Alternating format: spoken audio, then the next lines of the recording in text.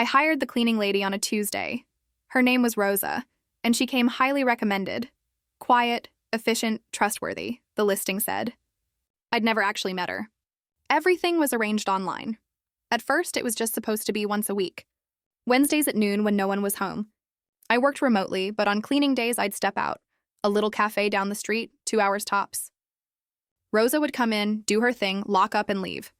Simple. That day, though, I was running late. I just sat down with my coffee when my phone started buzzing. Unknown number. I almost ignored it, but something made me answer. Hello? There was silence at first. Then a shaky whisper. Sir, this is Rosa. Her voice sounded strained, like someone forcing words through fear. Yes, Rosa. Everything okay? I asked, half distracted, glancing at my laptop. More silence. Then she said it.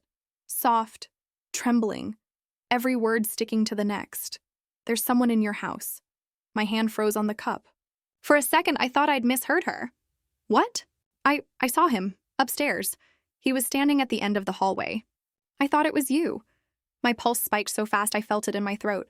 I hadn't told anyone about my address. No one had the spare key. No one was supposed to be there, and yet someone was. I remember gripping my phone so hard that my knuckles turned white. Rosa, listen to me, I said quietly. Where exactly are you right now? In the kitchen, she whispered. I locked the door. He hasn't moved yet. Okay, stay there. Don't hang up. I rushed out of the cafe, coffee spilling down my wrist. My house was only 10 minutes away, but every red light felt like an hour. As I drove, my brain started replaying everything.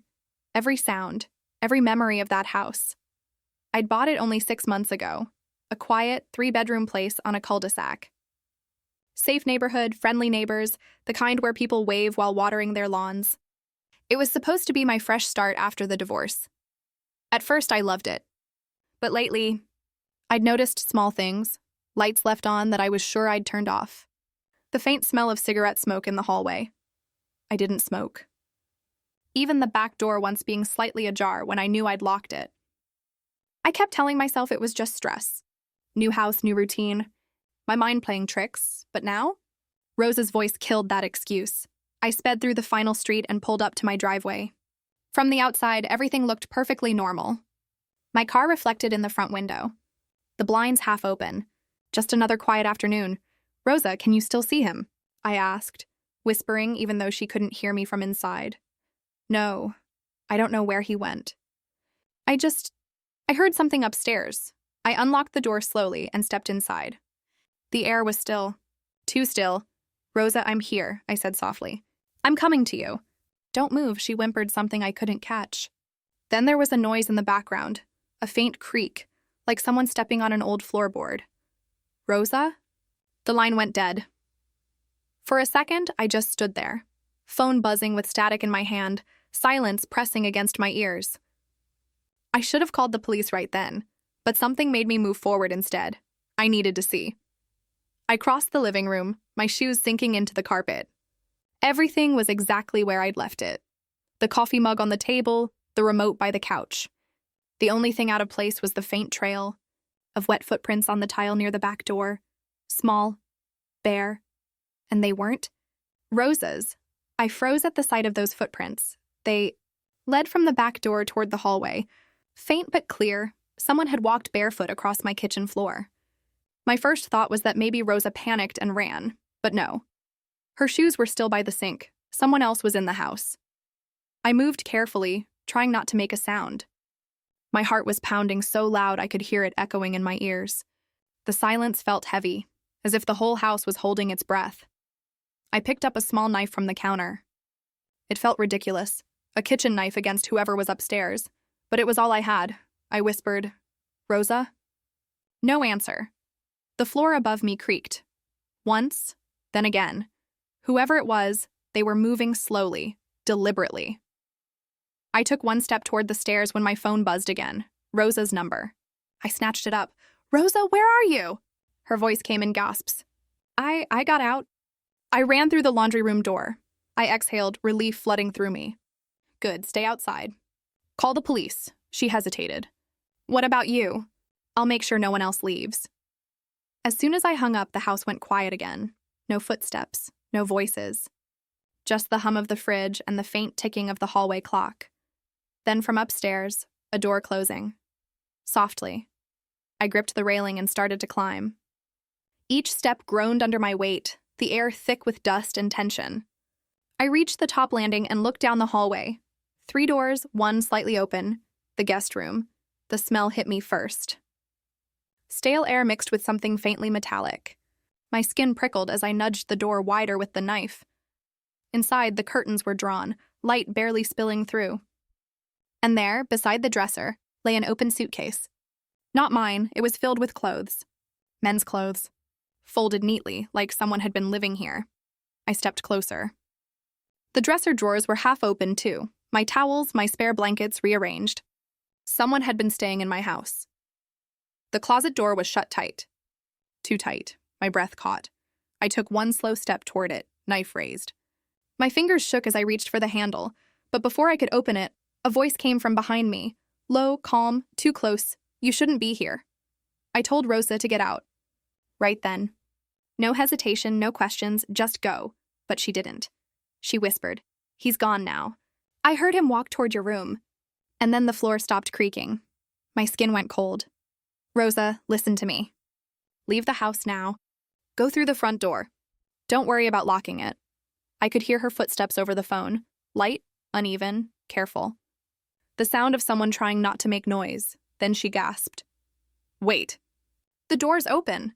I felt a sick twist in my gut. You mean unlocked? No, she said. Open. The sound of heavy breathing came through the line. Not hers, deeper, closer. Rosa? She didn't answer. Just the shuffle of movement, a muffled cry, and then nothing but silence. I was already running, phone in hand, spilling my coffee on the way out. I don't even remember the drive home. Just the sound of her whisper replaying in my head. There's someone in your house. When I reached the door, it was half open. The air inside was wrong. Still heavy, like it had been waiting for me. The vacuum cleaner was still humming faintly in the living room.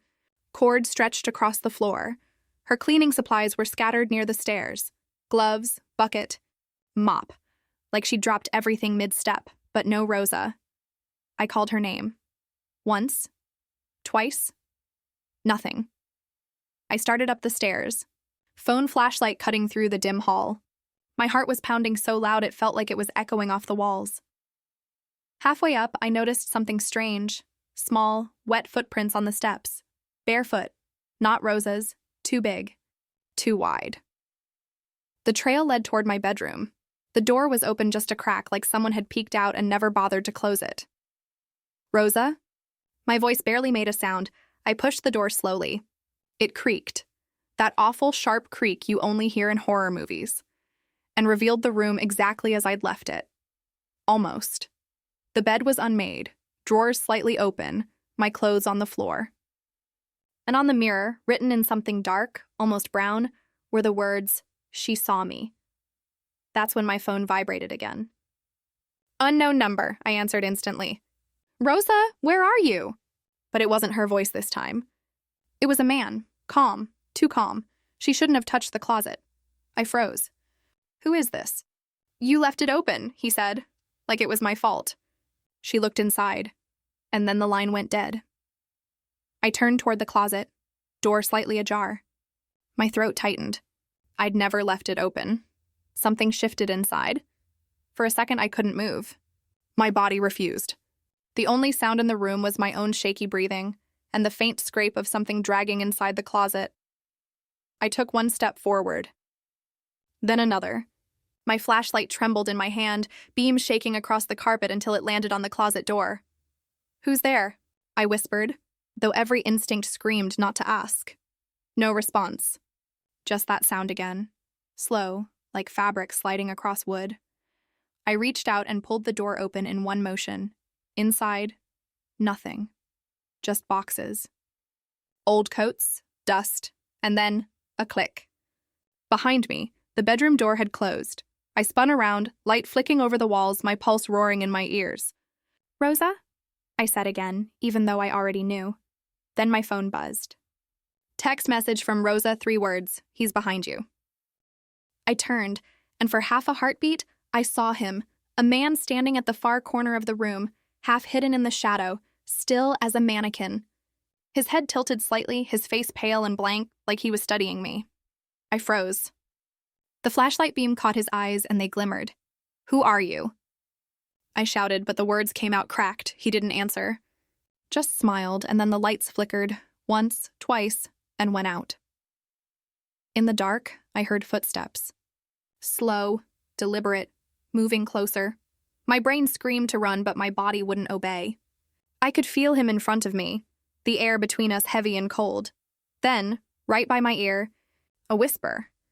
I told her not to open it. I swung the flashlight, but he was gone. Nothing. Empty room, only the smell of damp wood and something faintly metallic. Blood. I rushed out, nearly falling down the stairs, tripping over my own fear. The front door was still locked from the inside. No signs of a break-in, no broken windows, nothing. I called 911, stammering through every word. When the police arrived, they found no one. No footprints. No fingerprints. No signs anyone had been there, except for one thing. In the closet, beneath the coats, they found a crawl space I never knew existed. Inside were bones, old bones, and a small gold bracelet, the kind my daughter used to wear before she went missing 5 years ago. My legs gave out. The officer said, "Sir, are you sure you didn't know this was here?" I didn't. I swear I didn't. But when they showed me the bones, I recognized something else. A thin red thread tied around one wrist. My wife used to do that. She said it would keep our family together. And it hit me. My wife wasn't buried where they said she was. They took me to the station that night. Asked the same question 100 different ways. How long has the house been yours? Did your wife have enemies? When exactly did your daughter disappear? But I couldn't give them what they wanted. Every answer sounded like a lie, even to me, because deep down something didn't add up. The bones in that crawl space weren't just my daughter's. There were 2 sets, one small, one grown. And when they tested them, the second set matched someone else. Rosa. She was dead before she ever called me. They said the call logs showed her phone disconnected hours before she supposedly phoned me that night. That meant whoever said, "There's someone in your house," wasn't Rosa at all, so who was it? I couldn't sleep for days. Every sound in the house became unbearable. Pipes hissing, floorboards groaning, the hum of the fridge. I moved into a motel. Still, I kept hearing the same voice at night, faint, trembling, echoing from nowhere. "You left it open." And every time, I'd wake drenched in sweat, staring at the motel closet door, afraid to see it slightly ajar. Then one morning, I got an envelope slid under my door. No return address. Inside, a photograph. It was my living room. Taken from outside, through the window. In the photo, I was asleep on the couch.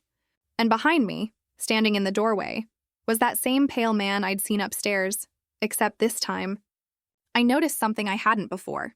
His face wasn't just pale. It was familiar, the jawline. The eyes, it was me, an older version. At first, I told myself it was doctored, a sick prank. But the more I stared, the more I realized something horrifying. The ring on his finger was my wedding ring. The same one I'd lost in the drain the night my wife died, and then I remembered what the man said before he vanished. I told her not to open it. What if he wasn't warning me? What if he was me, from a time I haven't reached yet? That's when I went back to the house. It was empty, quiet. The crawl space sealed with police tape, but on the mirror, written again, fresh, was a new message. "You should have listened." And next to it, my phone. The one they took for evidence. Still recording, I pressed play static. Then Rosa's voice. "Please, don't let him out." Followed by mine, trembling, desperate, whispering back, "It's too late. I sold the house 2 weeks later. Didn't even wait for the official paperwork. I just signed, packed what I could, and left everything else behind.